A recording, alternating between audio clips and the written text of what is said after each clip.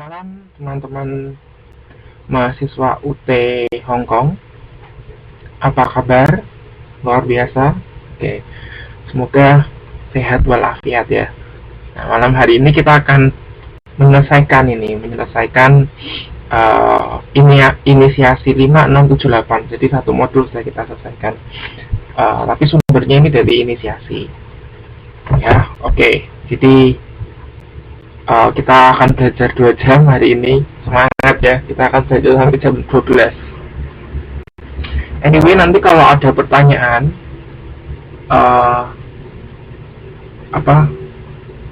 supaya waktunya nggak terputus-putus, jadi saya selesaikan dulu penjelasannya. Nanti kalau misal ada, saya akan kasih kesempatan untuk bertanya ya. Jadi jangan ketika saya jelaskan ada pertanyaan nanti tidak selesai. Bisa selesaikan dulu penjelasannya. Nanti kalau saya persilahkan bertanya, silahkan Anda bertanya. Kalau tidak ada pertanyaan, ya sudah, bisa kita lanjutkan. Oke, jelas ya? Oke, malam hari ini kita akan belajar banyak economic term, ada 24. Kita mulai beberapa istilah sudah sempat kita pelajari ya, seperti oligopoli ya kan, kemudian opportunity cost. Kemudian kita juga pernah belajar mengenai unemployment pernah kita bahas juga ya, beberapa pernah kita bahas. Jadi mungkin yang sudah pernah kita bahas nanti kita cepat saja membahasnya ya. Jadi kita langsung.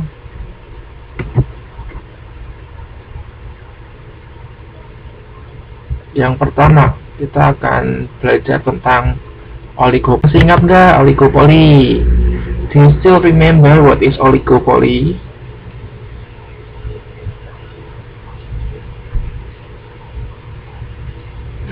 Saya lupa. Oligopoli.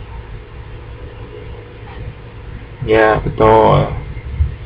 Oke, jadi oligopoli itu karakteristiknya adalah a few seller against so many buyer. Ini harusnya bukan tanda tanya ini. Jadi sedikit, penjualnya sedikit, lebih dari 2, kurang dari 10, di mana penjualnya sangat banyak ya. A few seller against so many buyer. Itu pasar oligopoli ya. Kemudian bisa nggak kasih example, contohnya apa untuk pasar oligopoli?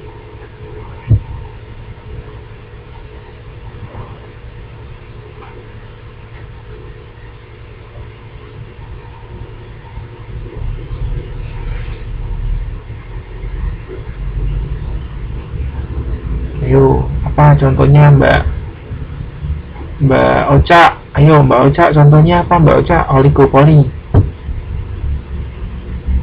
Atau Mbak Ina, contoh oligopoli apa Mbak?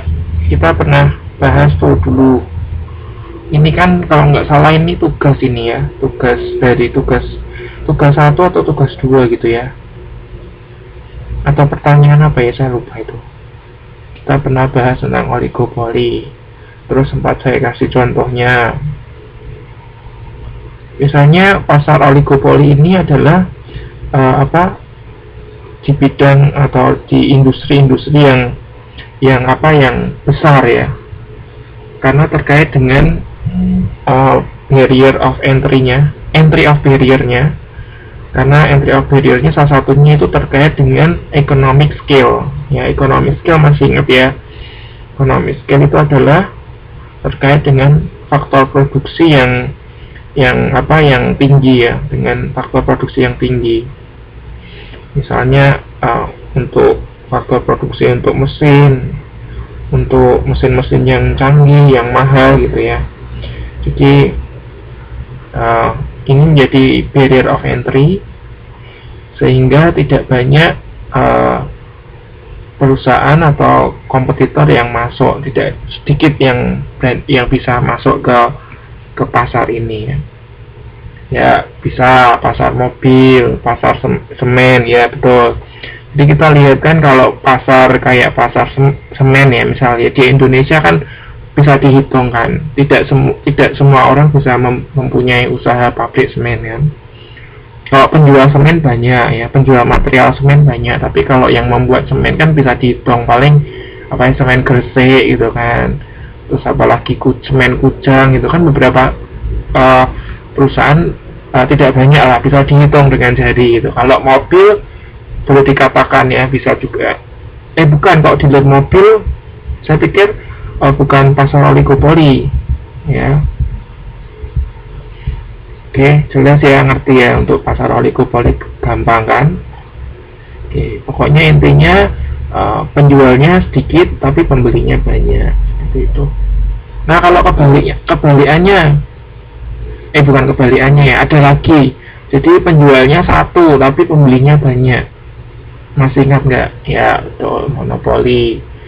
Kalau penjualnya banyak, pembelinya satu.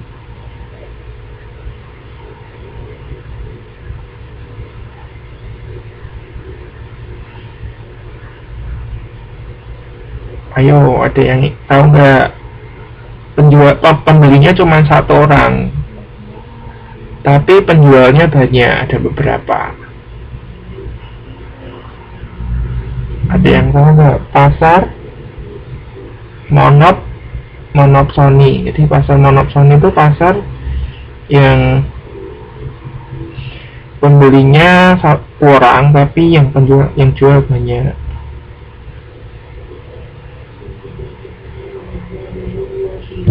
Oke. Kemudian saya juga mau sampaikan ini, kalau kita baca modul di halaman 6.3 itu juga dijelaskan tentang oligopoli. Nah, di modul itu dibahas tentang kartel ya. Tulisannya CARTEL, kartel. Nah, jadi kartel ini apa? Kartel ini seperti pembentukan atau kesepakatan antara beberapa perusahaan untuk untuk membuat strategi bersama gitu ya. Jadi biasa pasar oligopoli ini cenderungnya akan membuat kartel. Jadi mereka, beberapa perusahaan itu kemudian bekerja sama, membuat kesepakatan, sehingga mereka bisa mengontrol harga di pasar, mereka bisa kontrol. Karena kan kalau mereka bekerja sama, artinya apa? Artinya tidak ada persaingan kan di antara mereka.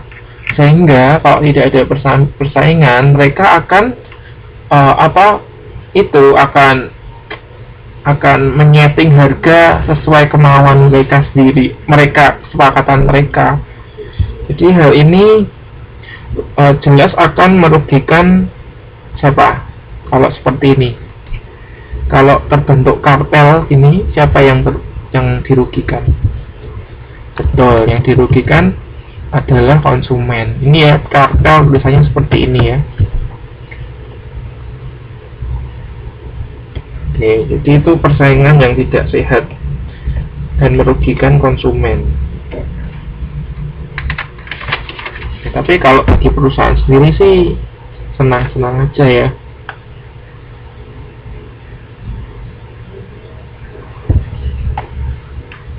Oke, bisa lanjutkan yuk. Kemudian yang kedua adalah open market operation. Ini kalau kita terjemahkan dalam bahasa Indonesia itu adalah operasi pasar terbuka. Ya, open itu kan terbuka ya, pasar itu market. Nah, apakah ini? Jadi ini adalah any of the purchase and sales of government securities and sometimes commercial paper for the central banking authority for the purpose of regulating the money supply and credit conditions on a continuous basis. Jadi open market operations ini adalah semacam usaha yang dilakukan bank sentral. Jadi bank sentral, masih ingat ya, sempat kita bahas juga kan. Jadi bank sentral adalah bank yang dimiliki bank nasional ya, bank nasional. Dan setiap negara pasti hanya punya bank nasional itu satu, bank sentral itu satu. Kalau di Indonesia contohnya adalah Bank Indonesia ya. Kalau di Amerika namanya apa? Masih ingat nggak? Kalau di Amerika namanya apa?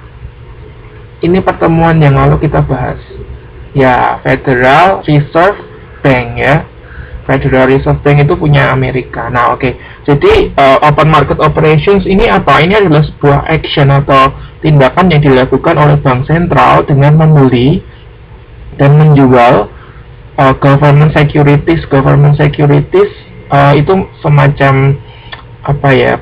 Contohnya itu semacam obligasi. Obligasi itu surat utang ya. Contohnya surat utang. Nah, tujuannya apa dilakukan ini open market operations? The purpose of regulating the money, the purpose is to regulate the money supply. Jadi untuk mengatur persediaan uang serta kredit ya. Jadi tujuan pembelian dan penjualan obligasi atau surat utang atau government securities ini untuk menstabilkan persediaan uang ya. Oke, saya lanjutkan. Bukan surat berharga, jadi ini obligasi, beda lagi dengan surat berharga. Kalau surat berharga itu kan saham ya, kalau ini bukan. Ya sebetulnya hampir sama sih untuk pemaknaannya hampir sama, bahwa obligasi itu juga terkait dengan terkait dengan surat berharga, tapi bukan surat berharga yang saya tahu yang Anda maksud. Surat berharga ini lebih ke itu ya, lebih ke saham, ke stok gitu. Kalau ini bukan, ini ke obligasi gitu ya, ke obligasi. Jadi biasa obligasi itu dikeluarkan oleh pemerintah. Nah misalnya Anda pernah mendengar istilah ORI ya? ORI. Nah, ORI itu salah satu surat obligasi yang diterbitkan oleh Indonesia. Jadi oleh pemerintah Indonesia. Ini kepanjangannya adalah obligasi retail Indonesia. Jadi ini salah satu obligasi atau surat utang yang dimiliki Indonesia, namanya ORI.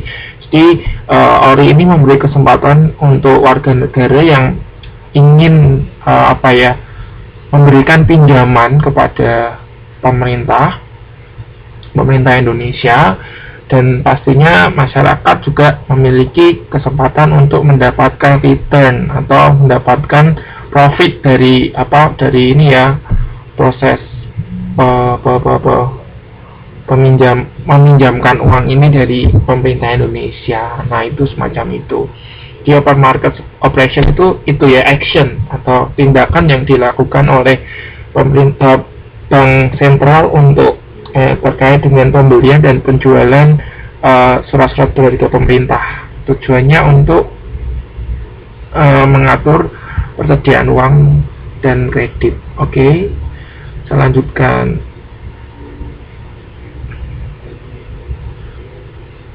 Oke, betul. Kalau saham semacam investasi ya, untuk saham lebih ke investasi. Oke, ada pintar-pintar ya ternyata ya. Oke, jadi pertanyaannya disimpan dulu aja supaya kita nanti bisa selesaikan materi ya. Karena saya khawatir nanti kalau kalian, dan saya tuh kadang bingung, kalian tuh kadang tanyanya tuh terlalu lebar, terlalu luas sekali, sehingga saya khawatir kalau misal dijelaskan juga akan memakan banyak waktu gitu ya. Oke, di skip dulu Mbak Ina ya, pertanyaan mengenai apakah untung dan rugi. Kalau rugi pasti masyarakat juga akan berpikir dua kali kan Kak. Tapi setahu saya ORI menguntungkan ya, Kita lanjutkan mengenai opportunity cost. Kita pernah bahas ini belum ya? Sepertinya sudah pernah ya. Jadi opportunity cost itu adalah the amount of money given up when resources are used to purchase one thing instead of something else. Jadi kurang lebih pengertian opportunity cost itu adalah ya biaya yang kita keluarkan untuk mendapatkan sebuah barang ya. Nah sebetulnya kalau kita bicara tentang opportunity cost itu kita tidak cuma bicara tentang uang loh ya, tapi juga mungkin kesempatan lain yang kita tukarkan, yang harus kita